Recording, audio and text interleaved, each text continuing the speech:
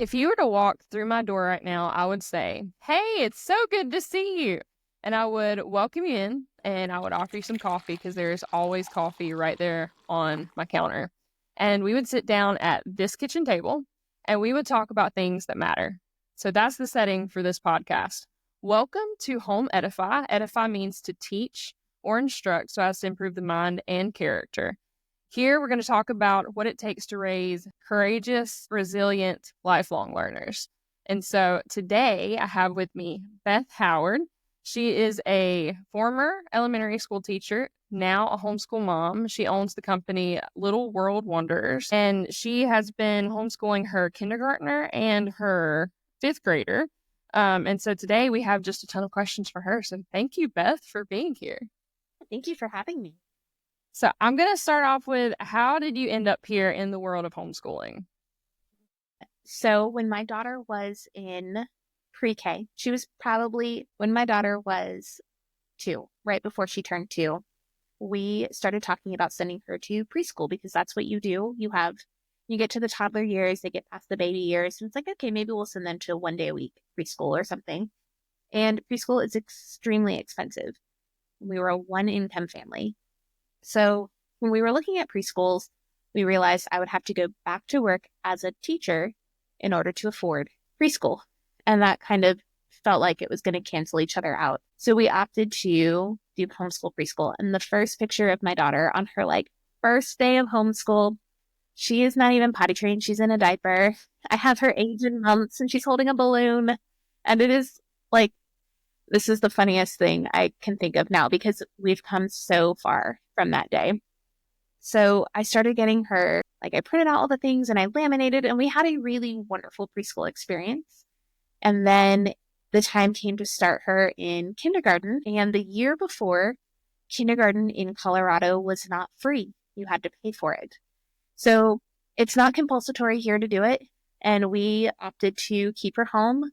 I'm like, well, let's get her ready for kindergarten at home. And then we decided that we weren't going to send her to kindergarten. We were just going to homeschool kindergarten.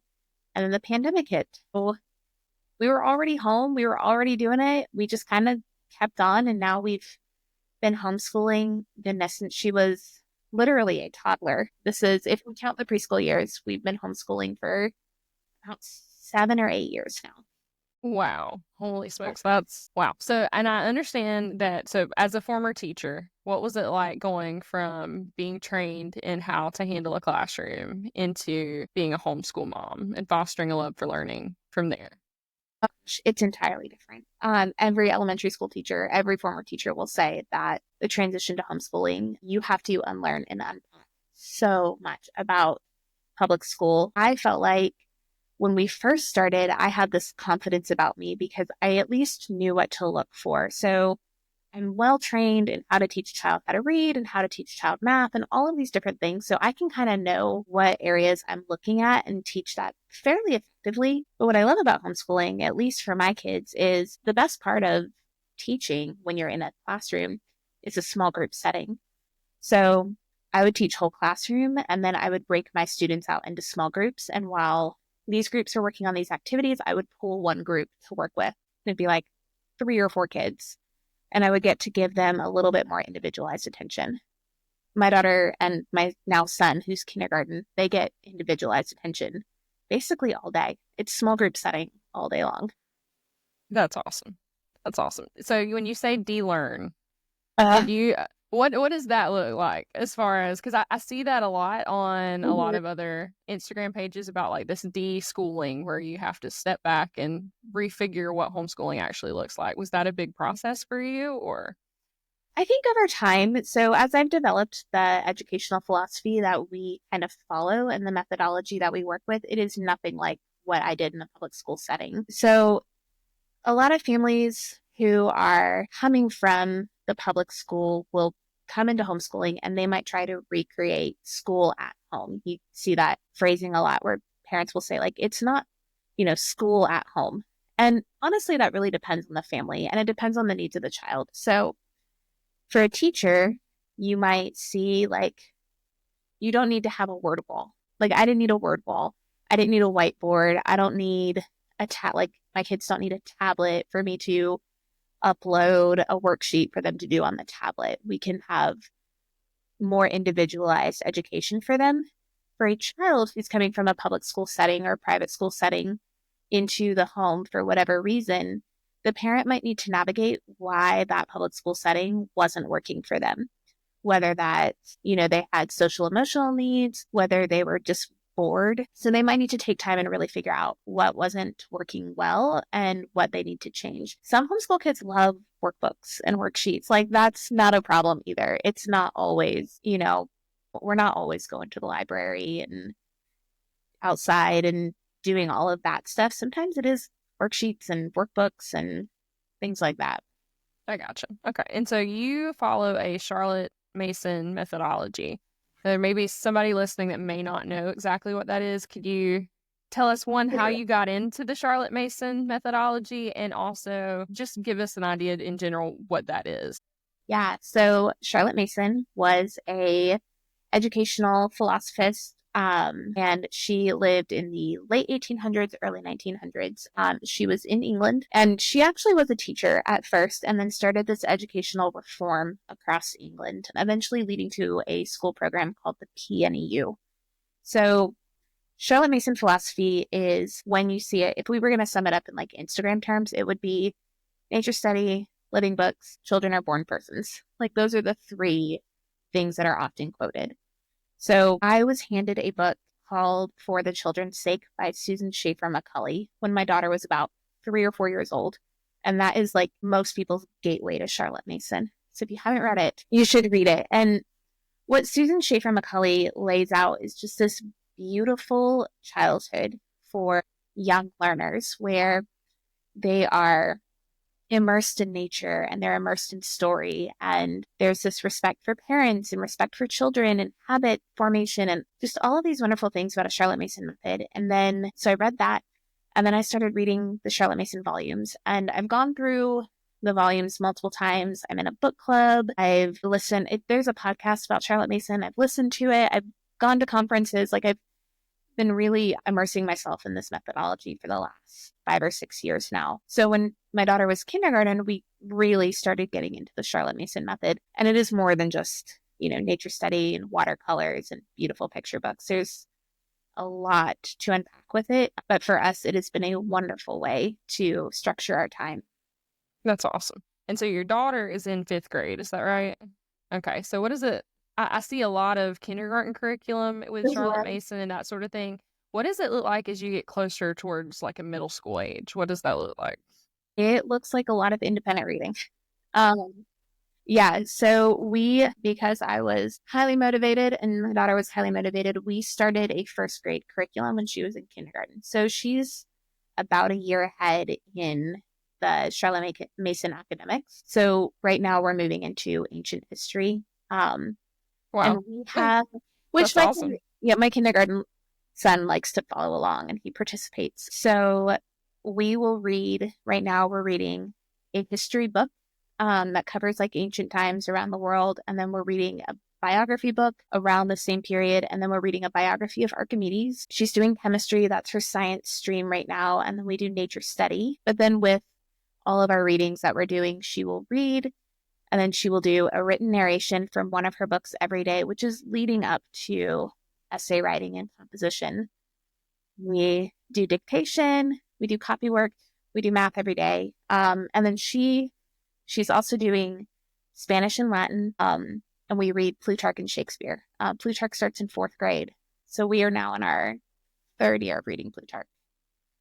That's impressive. That's awesome. It's so wonderful, though, because a lot of Charlotte Mason or classical homeschool kids start reading Shakespeare in kindergarten. You read some of these like beautiful stories of Shakespeare or by Edith Nesbit or Lamb's Shakespeare. And they develop a love of the language and they develop a love for the stories. And then when they get to 4th grade, they're reading the plays. And it's just, you're not analyzing it. We're not nitpicking it. We're not pulling it apart. We're just enjoying what Shakespeare wrote. That's awesome. I may have to do that with my kindergarten. I had never thought about doing Shakespeare with her, but I mean, I remember it from high school, and you're right. Like, it is just something you can just read, you know? It's not something you have to analyze, I guess, in the So same way. Edith Nesbit wrote, people are usually divided into like Edith Nesbit or Charles and Mary Lamb. I like Nesbit for Shakespeare stories for younger students, but it really is wonderful. And then when they're little, you read them fairy tales and things like that. So, well, what is your day-to-day rhythm as a homeschool mom? What does that look like for you? So we usually start with morning time, which is not a Charlotte Mason, like true Charlotte Mason concept, but it has been adopted by and shared by other brilliant Charlotte Mason homeschool moms that have gone before and graduated children. So we start with morning time, and that's where I'll pull together our poetry readings. We read poetry every day. They practice their recitation. So my kindergartner and my fifth grader participate in this. We do a whatever Bible reading or church history reading for the day. And then we add in a beauty subject, whether that's composer study, artist study, handicrafts. Sometimes we'll do handicrafts in the morning. And then my daughter will work on an independent subject while I do my son's reading lesson. And we kind of alternate back and forth between that, where my daughter will have an independent lesson, and then I'll come and help her and check and facilitate as needed while I work with my son. And then I'll send my son to like do a sticker book or free play or color, and I'll go work with my daughter. And then we kind of alternate back and forth until lunchtime. And then we're an activity based family. So usually after lunch, it's like skate lessons and swim lessons and dance and all of these things. Nice. Very cool. Is there any tip that you would give a new mom that's entering into homeschooling? Any tip for managing her day? Um, I think a lot of it depends on the habits that you've laid down in your home.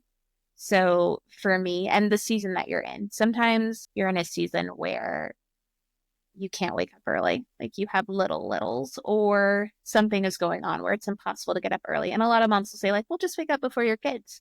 It's like, yeah, that's great. But if you've been up 9 times in the middle of the night, there's no waking up before your kids to drink your coffee and like read a book. But a lot of it with your kids is just leaning really heavily into habits and expectations. We start pretty young with, you know, listening to a story politely.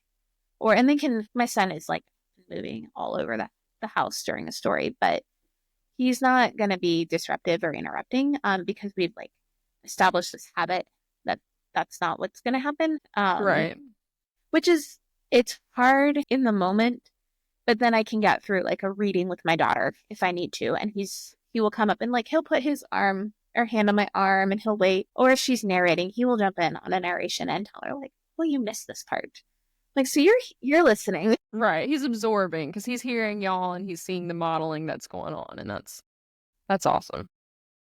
But you also need like, especially for younger moms with young children, like a lot of grace. A toddler they're just going to get into stuff during school. Like that's just what's going to happen. Yeah.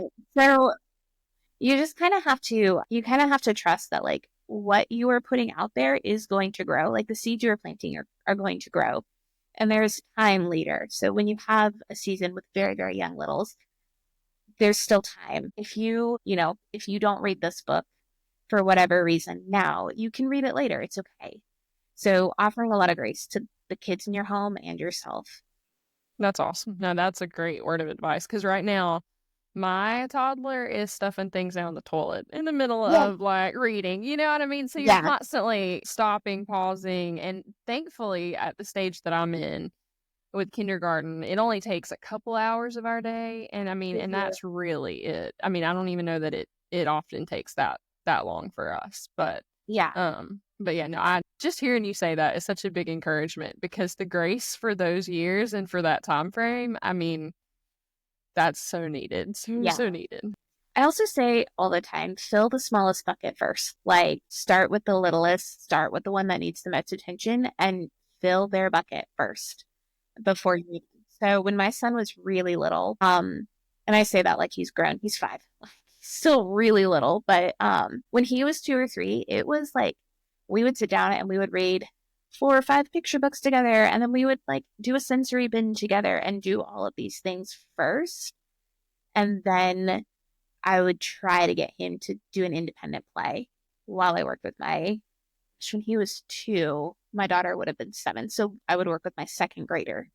And that might have meant her morning looks like her reading a book for a little while, or she's coloring a picture, or she's doing like a math worksheet with addition facts as her like independent time, or she was playing with me and her brother, and then I would move along and work with her. So I know that you are a curriculum Mhm. creator. How did that come to be? What is it, and what is it like pouring into a curriculum? Like oftentimes we order a curriculum set to our home, and then we open up the book and we start teaching. It's kind of, at least for in my experience, that's what it's been like.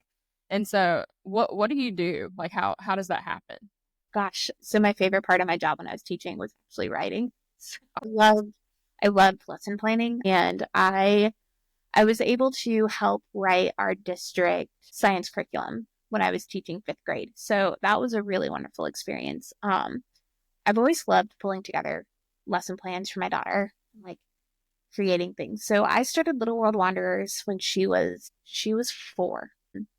And I would go and I would get like a book, and then I would read through the book and plan some activities centered around that book. And for a long time I was focused solely on writing curriculum for her that was based on cross cultural awareness. So we might get like 15 books about Japan, and then we would make a soup that you would find in Japan, and we would learn folk songs, and we would do all of these things.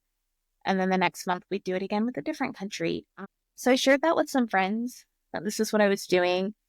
They're like, you should publish that. Like, you should share it with other people. And I started when my son he was probably 6 months old when I published my first curriculum. And for a long time, I was so worried about the work that I was doing that I just gave it all away. It's like, just download it for free and see what happens.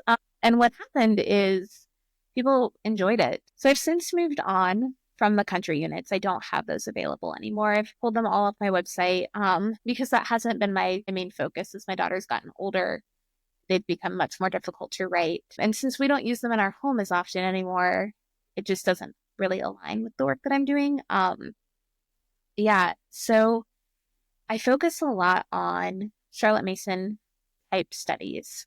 So on my website, there are things, especially for the upper grades, because upper grade kids still enjoy hands-on. They still enjoy activities. So there's studies for architecture and Ooh, that sounds yeah. cool. Nice. I wrote a unit study on the Christmas Carol by Charles Dickens. So very similar to what I was doing with country units, just now centered around a book or a topic matter. I'm getting ready to release next month. It is a unit about the history of ancient math. That sounds so So interesting to me. I'm I'm so excited about this. I just shared it I showed it to my friend. I was at her house earlier before this podcast, and I was like, I need to show you all the things. So it's 5 mathematicians from the ancient times and their discoveries. And my hope with it is that it shows that these math ideas are time tested and living and why they matter. So we'll be reading through biographies of these ancient mathematicians, and we'll be doing science experiments and testing their mathematical theories, and then adding things to our timeline journals and our nature journals. And Nice, nice. So, okay, so what inspired this? I read a book about math, and I thought it was really cool. That's Um, awesome. No, that's awesome though. yeah, and I think a lot of times in homeschool too. I mean, you see it in public school. So I taught math and science. Those were my two areas of specialty when I was in the classroom. And you see a lot of like, well, you can learn math through baking. It's like you can. Baking does support math, cooking does support math, but you still need fundamental skills to get to the point where you can say, like, 1 cup is 2 cups. They still need to understand fractions to get to the point where math and baking is actually like an experience where they understand it. And then you see a lot of like, well, why does this matter? You know, who really cares about the Pythagorean theorem? When am I going to use it in real life? And it turns out a lot of times, a lot of people use the Pythagorean theorem. It's worthy and valuable information to have. So having this catalyst of a living idea of, this person created, not like didn't just create it out of thin air, like thought and wondered and noticed things about the earth that allowed them to create this theorem that now we are still testing and proving. That's awesome. And it's so funny to me because my husband, I find Amazon packages all the time of math books. And it's hilarious because there's all kinds of math books in our house right now, and it's just random things. A lot of it has to do with the history of Mhm. math and things like that, but he's a software engineer, so a lot of times he is actually doing high-level calculus problems and those sorts of things for the marketing team that he works for, and so it's just it does apply, and figuring out Mhm. where it fits into life. I feel like in my education, because I was a public school kid, that was the hardest thing. Is like, this is this abstract idea that doesn't have really any real purpose that I can see. But then what you're talking about is really pulling them into the story of Yeah. what happened and why it's that way, which is awesome. And all of these build, like, they build upon each other. So the work that these ancient mathematicians did, these medieval mathematicians like rediscover later on, and they build upon it. And I I was talking to one of my friends about it, and place value was discovered during ancient times. There was an ancient mathematician in India who, you know, basically discovered zero. It's like we lived in a world before zero, like before zero was a common math concept, which is mind blowing because this is place value is so commonplace now. Mhm. I mean, yeah, because 0 is nothing. Like, that's another thing that we Yeah. we talk about in our house is like, is 0 really a number? Like, is it really a thing since it's just nothing, you know? But no, that's incredible. So, and there's 5 mathematicians that you go Yeah. over in this? And Okay. then throughout the year I'll be releasing more history streams. So it'll be medieval mathematicians, Renaissance Oh, mathematicians. that's Um, cool. but I take the work I do very seriously. So working with my kids, I can see as I'm doing a lesson, it's like, okay, this is hit or miss. Like we are getting it. The science lesson is great. It's wonderful. We're doing really well. Or like, oh, actually, I need to re-explain and retweak this. So they are my guinea pigs I sometimes. was about to say. So I am like teaching it to them or my daughter, and then as I write this and make tweaks to it, because when I publish it and it ends up in Homes, there's an enormous amount of responsibility that comes with writing something that another mom is now going to trust me and put it in the hands of her children.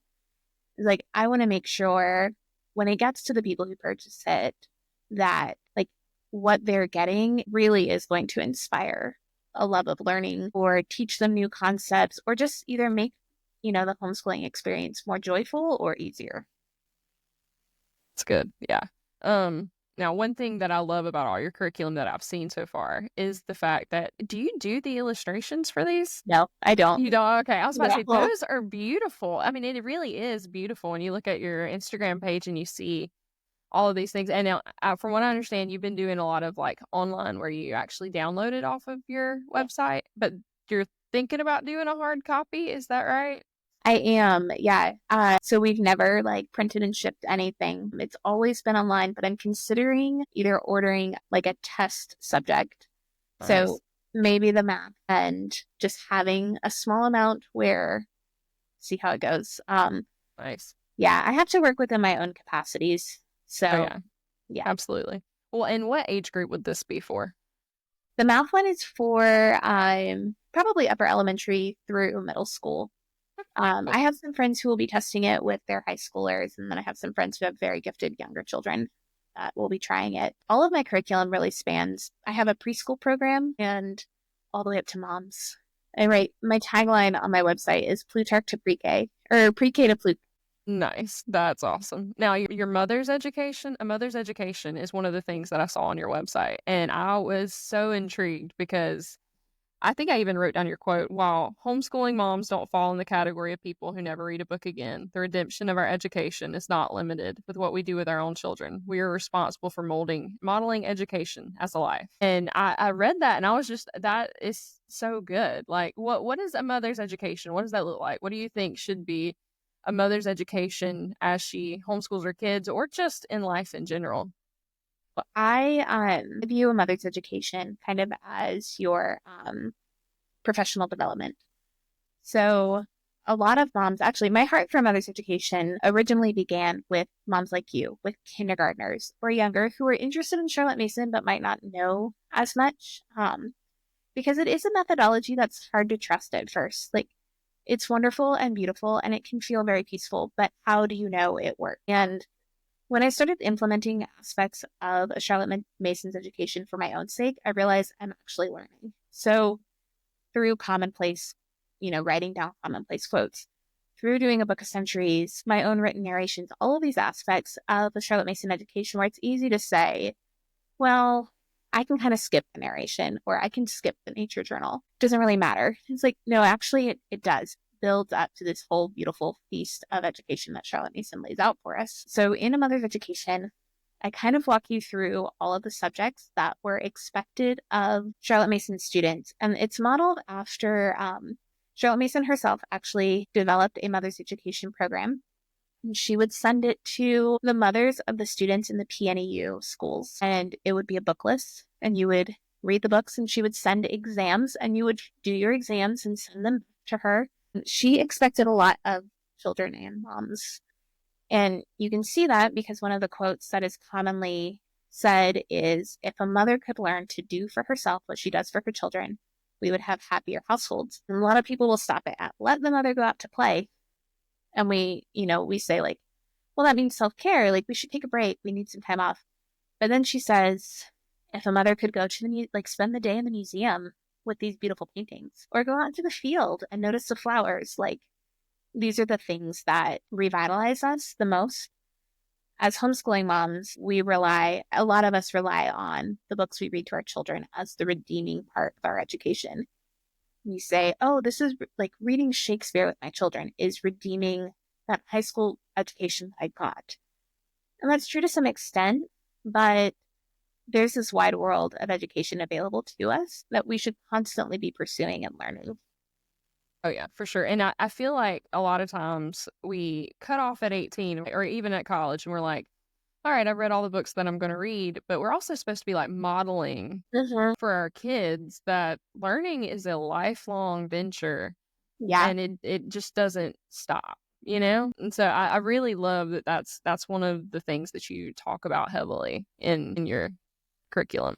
And I started it, I think it's coming up on 3 years now that I've been really talking about this. So a couple of years ago, I was diagnosed with chronic pain disease and I have autoimmune disorders. I manage a chronic pain disease. There's kind of a lot going on health-wise, but I had one winter that was brutal. I mean, could not get off the couch, bad.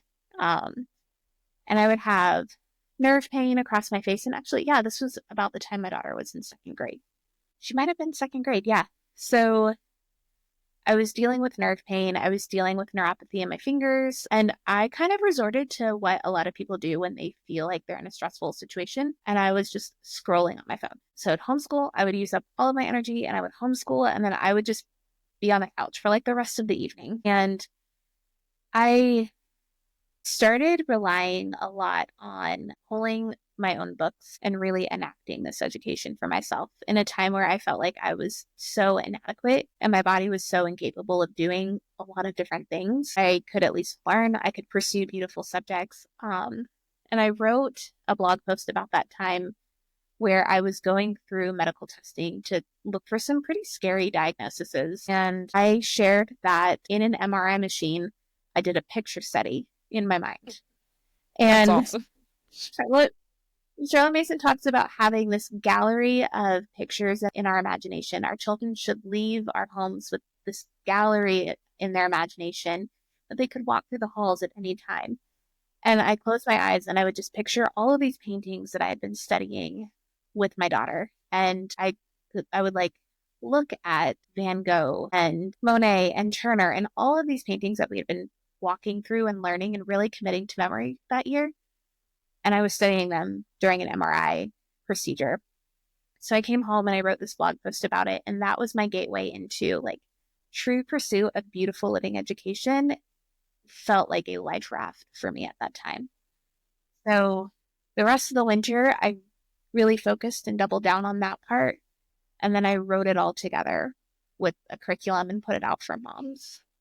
That is awesome. Oh my goodness. I have friends that are suffering with chronic fatigue, with Lyme's disease, and they're also homeschooling. So Yeah. hearing your perspective, is there anything that you would say to encourage a mom who is struggling with a chronic illness like that as she's trying to homeschool her kids? I always have to remind myself that if my capacity is 50% and I give 50%, I gave 100% that day. So when you live with chronic illness or autoimmune disorders, your capacity is already limited. And there's this thing called the spoon theory. Like everybody has a number of spoons. And if you have a chronic illness, you already have a limited number of spoons, but things take more energy than others. So making dinner might take a lot more energy than someone who lives in a healthy body all the time. Going for a nature walk is going to take a lot of energy. So there are seasons where I'm doing great. I have a lot of energy. I can do this plus extras. So I do. And then there are days or seasons where my capacity is I can homeschool and I can get healthy food on the table. I'm like, that's what we can do. So that's what I'm going to do. Um, I think so that's just, awesome. yeah, giving, if your 100% is 50%, it still counts. Oh yeah, for sure, for sure. And I feel like even if you're a mom who is, and it's not the same thing, but if you're pregnant and you're trying Yeah. to homeschool your kids, like you're gonna go through seasons, and a lot of times we like I feel like in a teacher role, like if you're working for a school, you have those times where you can like, oh, I'm going to take off for this amount of time because I'm about to have a baby or whatever. But life happens. And I think Mhm. it's kind of cool that we get to show our kids the resilience that comes in these seasons. Like that's a part of education too, that teaches them something, So I, Yeah. I always say I want to show my kids what it means to have a life well lived, even with limitations. So thankfully, I'm in a season right now where my health is managed really, really well, but it has taken a lot to get there. And it takes a lot to maintain. Like, yeah,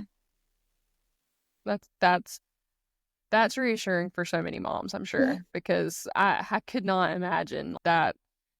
What what prompted you to start sharing on Instagram? That's another Oh, question that I had for you. honestly, I don't know. Yeah, I kind of thought maybe I would put this out there and see what happens and share about our homeschool. I am very prayerful in what I share. I'm mindful that when you have a platform, you have a responsibility to the people that are following you. And so I have very, very strong boundaries about my children. I do not share my children on social media, period. You might catch like a glimpse of the back of their head or the side of their face, sometimes the side of their face, but if there's a picture of my children on social media, it is with my husband and myself.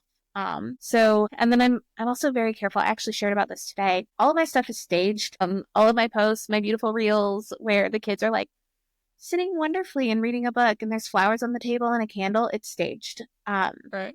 Because when I'm homeschooling, I'm teaching, and I don't have time to film content for that. So we will set things up in the afternoon. Sometimes I'm like, hey guys, like I just do a picture. Can you come and sit at this table and pretend like you're writing in your nature journal? And they're all too happy to do that.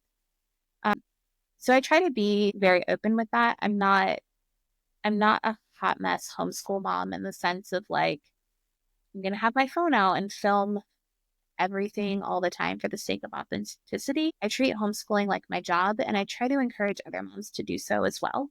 That if you are signing up to take on the enormous responsibility of educating your children, you owe it to them to work really hard at it. So that's kind of been a motivating factor for me. I'm not on social media to go viral. I'm probably never will. Like I'm never going to be the account with 1 million followers. But my hope is every time I think about like maybe I'll stop sharing, I get somebody who messages me and says like this was encouraging, or it's nice to know that they weren't alone in this. And that's kind of what keeps me there.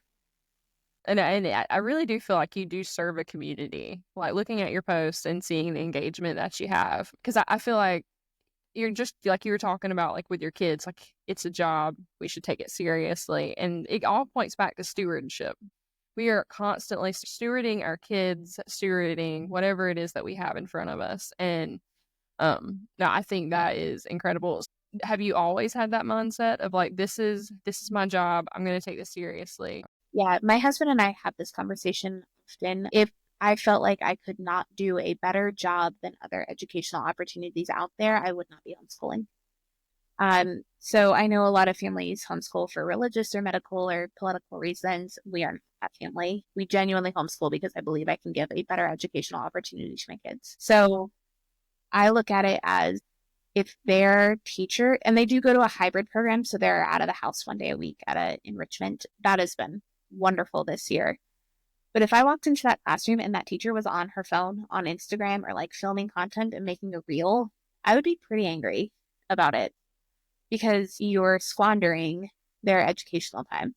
And I hold myself to the same standard. If I am distracted by my phone or I'm on Instagram or I'm doing things or I'm using their homeschool as social media content, there's a problem here. Totally see that. Yeah, I do feel like so I was public schooled and my mom tells me all the time, she's like, if I could have homeschooled you, I would. And we're in this world where a lot of people feel like if you don't homeschool, you don't love your kid, a lot of that kind of philosophy. And I definitely don't hold that because I think one of the best things my mom did for me was send me into a community where I could learn from. She doesn't have a high school diploma. And so being in a community where I could actually learn from a lot of these other people with different perspectives was really good for me. And some character in how you homeschool is absolutely vital as well. And that's interesting because you just don't hear a whole lot about that, about homeschool my kids, because I truly believe that it's a better opportunity for them. And I think that's amazing. And I think when we take homeschooling seriously, like you're talking about with a mother's education, I think they end up with a better education because it is one-on-one. You can tell me what your perspective is on it, but I don't feel like it's hard to be better than some of these traditional options as far as putting in the work and making sure that your kids are properly educated. Yeah, I think a lot of what um it's hard to compare. It's apples and oranges. So we are a every year, every child. We will evaluate every year and every Mm. child, which we only have the two. We will never have more to evaluate. But if for whatever reason I feel like this is no longer something that I can do and do well, we will absolutely put them in school. We won't hesitate. And respecting our children's personhood, if they truly need to go to school for whatever reason, we absolutely will send them to school. We'll talk through and navigate what that would look like in our home. Schools offer opportunities that homeschooling can't. There's different things that they can do that homeschooling oftentimes can't meet those needs, but there's things that homeschooling offers that schools, like we say building school, like the building school can't do. Right. Um, and some of that is the one-on-one attention, but it does come down to what kind of home are you facilitating? If Mm. you're facilitating a home where the child is actively engaged in their education, like, yeah, they're going to be motivated and they're going to learn the same way that they would in a classroom setting. If you're facilitating a homeschool experience where, the child is disinterested and they don't want to do it, or there's constant fighting. I have said before on social media, I will not sacrifice the relationship with my children to homeschool. I will never put homeschooling above being a mom. So, and we talk about it like homeschooling is motherhood. And there are aspects to that. Like you never turn off being a mom, but I would much rather have somebody else teach them how to do math than fight a child all day long to do their math. So, yeah, we will never, it's like C.S. Lewis, where he talks about ordering your loves and the order of affection. We will never put homeschooling higher than like that parent child relationship. So that is super interesting to hear your perspective on it. Well, and with your kids, how has it been as far as homeschooling? Has it actually fostered a deeper love within the two of them, or They, they adore each other. it's So awesome? we have, not a unique story, but our daughter is biological, and then our son came into our home through adoption.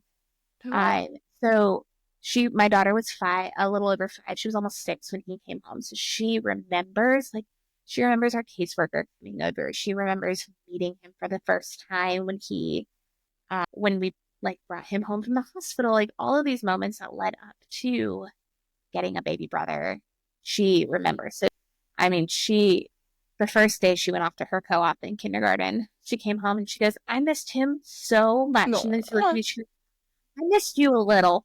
It's like, oh, thank you. that is awesome. I mean, they still, I thought because they had such a large age gap that they would never fight and they would always be best friends. as much as they can be. But no, they already, like, he has mastered what it means to be a pesky little brother. And she has mastered feeling pesky or annoyed by him sometimes. But they truly, truly adore each other. Yeah.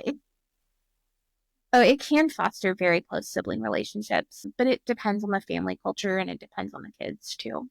So another question that I had and it kind of deviates a little bit from this topic, but what do you do as far as record keeping? What does that look like for you? Oh, I wish I brought my notebook up here. So I use School Nest notebooks.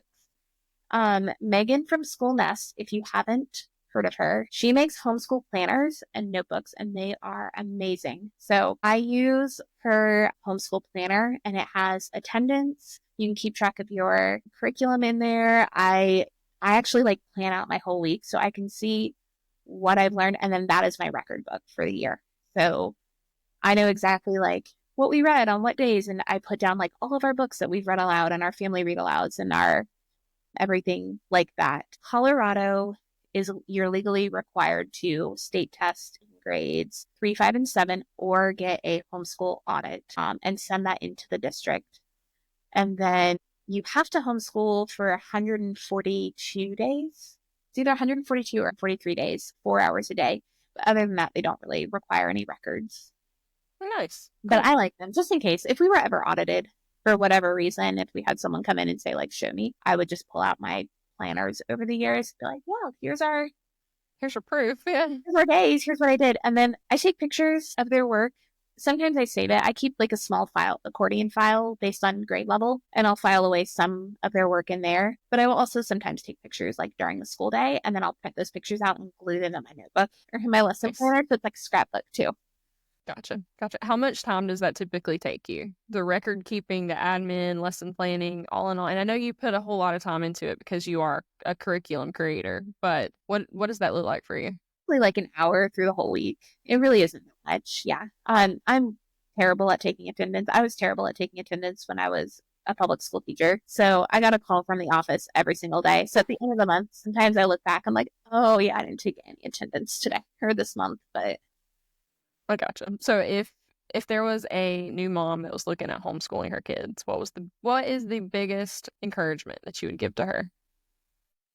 oh gosh, I think we've equated homeschool, at least one of the areas that I've seen homeschool promoted, especially on social media, is that if you homeschool, you are going to have a wonderful, lovely motherhood experience, and your kids are going to love each other so much, and nobody is ever going to backtrack, and it's going to be amazing. And I just want to encourage moms that you're still going to have struggles when you homeschool. You have to put in the work. Your kids probably are going to fight.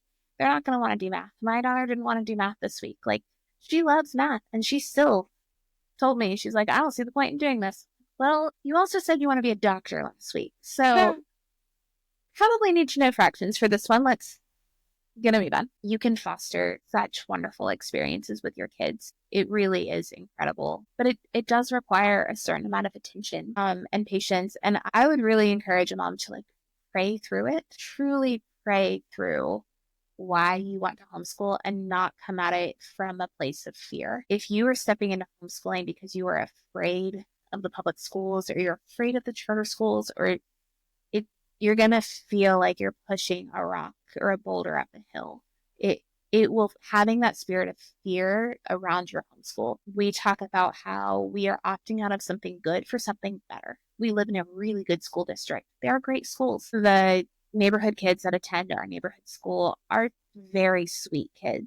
So we are choosing to opt out of something good for something better in homeschooling. So just make sure that that is really what you want to do. And then also consult with your spouse. If your spouse has concerns, there's a lot of talk about my husband doesn't want me to homeschool. And there does need to be a consideration for that because they're your spouse's children too. So he gets a say and you have to work through, what are the concerns? My husband has always been on board with homeschooling, but we have talked through like, when my daughter needed more social experiences, we had to be very careful in how we curated that for her. Um, I love that. I love that because you're a team with your husband. I know that a Yeah. lot of the primary education falls on us as moms because we are the ones Mhm. at home with the kids, but it's every bit a full learning experience, even with your husband, you know? Yeah. So, to tie all this together, well, oh, one more question. I just remembered. Okay, so you talk about this like full learning that Charlotte Mason does. What would you say to a mom who is not homeschooling but wants to foster a love for some of these more classical things in their home? Do evening time with your children. Start with just pick a beautiful book, read aloud as much as you can to your kids, even when they're older. I wish I had the statistic in front of me. There's a statistic, it's like in the teens, like 12% or 8%, or it's like minuscule of preteens have a parent that reads aloud to them, which doesn't sound terrible when you look at preteens and all of that. But when you think about how 90% of parents read aloud to their toddlers or their elementary school kids, and then that dwindles away. Yeah, pick a book that you read as a family, hang artwork in your home, read a poem with them, but put together, like, you don't even have to put together an evening basket, but just read a book together as a family. That would be the number one thing I would say if you want to foster a love of education with your children who are going to school and even thriving in school. Read aloud as a family. I feel like we used to do that as a society. Like, am Yeah. I wrong on that? Like, No, that you're used to be the evening time where the dad would pull out a book and that was the entertainment instead of not. TV, you Yeah. know? And I gave my husband a list of books for kindergarten for my son. I was like, hey, we're going to be reading through these books. These are like his free reads, which he can't read yet. But these are the books that like I would like to have read to him by the end of the year. Pick some for bedtimes. So there's this misconception that either toddlers or teens aren't going to want to listen to the books, and they do. A living story, a beautiful story, does not have an age limit. I think it's C.S. Lewis that said, like, a story that is only loved by children, Mm, it's not a good story. Like, that's one of my favorite quotes of his. um, so, you know, pick a book and read it as a family. I love that. And so on in the nature of that, I like to end the podcast with a recommended book from you. It can be any genre, it could be a children's book, it can be anything. But what is a book that has shaped you?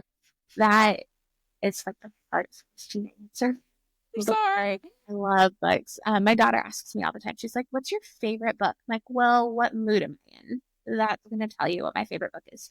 Yeah. So, in my mother's education group for the Advent season, we're currently reading Habits for a Sacred Home by Jennifer Pepito. And I think if there's one book I could offer any mom, it is that one. It is beautiful and convicting in a way that makes you want to be better and doesn't just make you angry. So, I love the wisdom that she has poured into that book.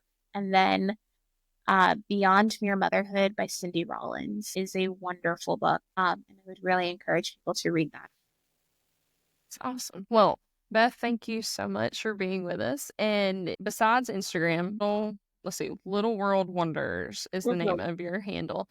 And then your website is also the www.littleworldwonders.com, right? Yeah. Is there any other place that they could find you if they wanted to look into No, your curriculum? nope, that's it. With the mother's education programs, there are for the upcoming winter season, there are biweekly, which someone said that sounds like it's twice a week. It's every other week. So I guess bi-monthly, however you're going to phrase it, Zoom calls where we talk about the books and we share our notebooks and our narrations and our nature journals, and we walk through a Charlotte Mason education as a community. And then I will also have a liturgical one coming up for the Lenten season. So we'll read through books for the 40 days of Lent, 40 plus days of Lent, because they don't count Easter or Sundays. And we'll meet weekly where we, you know, share all of these aspects of a Charlotte Mason education, but also talk through the books and encourage one another. And it's been a really wonderful experience so far. That's awesome. Well, Beth, I really do appreciate you being here. And so thank you to all the listeners. We really do appreciate you tuning in. Thank you for listening to the Home Edify podcast. All literature, book recommendations, and websites mentioned in today's show will be linked in the details below. You can find us on Spotify, Apple Podcast, and YouTube, and don't forget to follow along on Instagram at Home Edify Podcast to enjoy clips from our latest episodes and day-to-day encouragement. Our prayer is that you were inspired to seek after your child's heart and mind. Thanks again for listening. So, Mom, are you done with your podcast? Yeah, I learned so much. Thanks for coming to the podcast. Bye.